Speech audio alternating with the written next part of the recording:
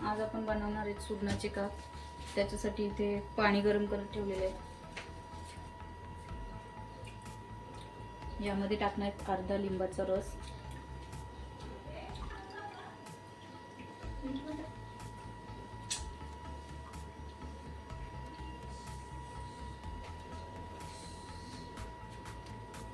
म्हणजे खवखवत नाही सुरण।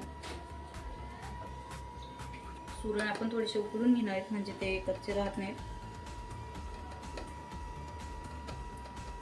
उकडतानाच आपण त्याच्यात अर्धा चमचा मीठ टाकणार आहे।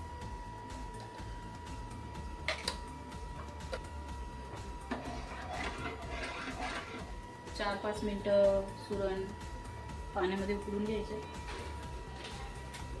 तुम्ही बघू शकता याप्रमाणे जास्त जाडही नाही आणि जास्त पातळही नाही, असे सुरणाचे काप केलेले आहेत।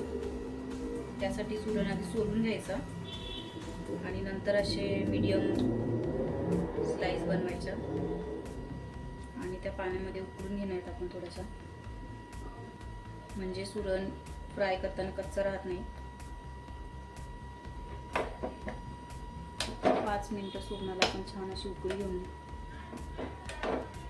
जास्तही शिजवायचे नाही, नाहीतर त्याचे तुकडे होतात।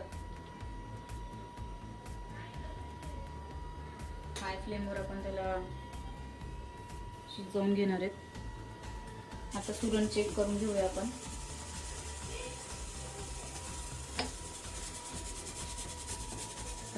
आपली सुरी आरपार जाते याच्यातनं, म्हणजे सुरण अर्धे शिजलेले आहेत।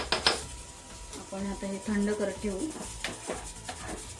आणि फ्रायच्या मिश्रणाची तयारी करू।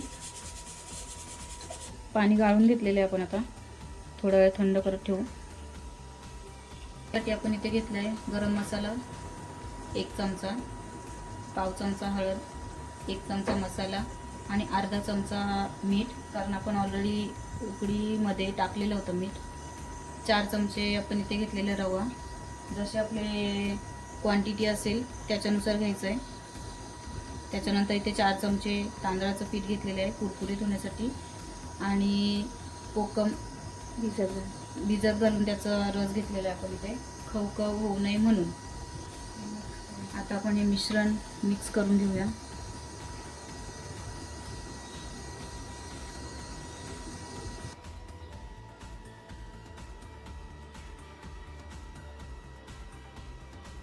सुरणाला आगाळ लावून घेतला कोकमचा, त्याच्यानंतर मस्त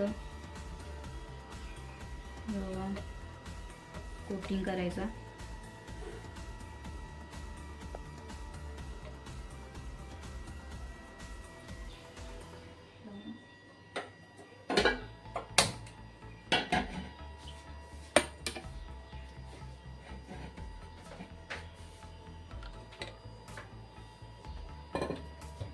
पॅन गरम करत ठेवलेले आपण, याच्यामध्ये आता टाकणार आहे तेल।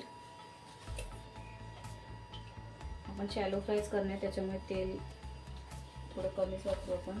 अर्धा पळी मी इथे तेल टाकलेलं आहे। तेल थोडं गरम होऊन द्यायचं।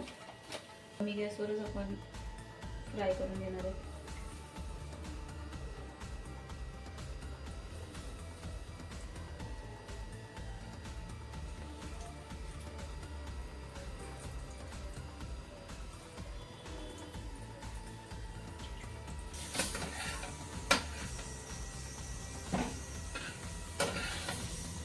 आता परतून दुसऱ्या बाजूने पण छान फ्राय करून घ्यायचं आहे।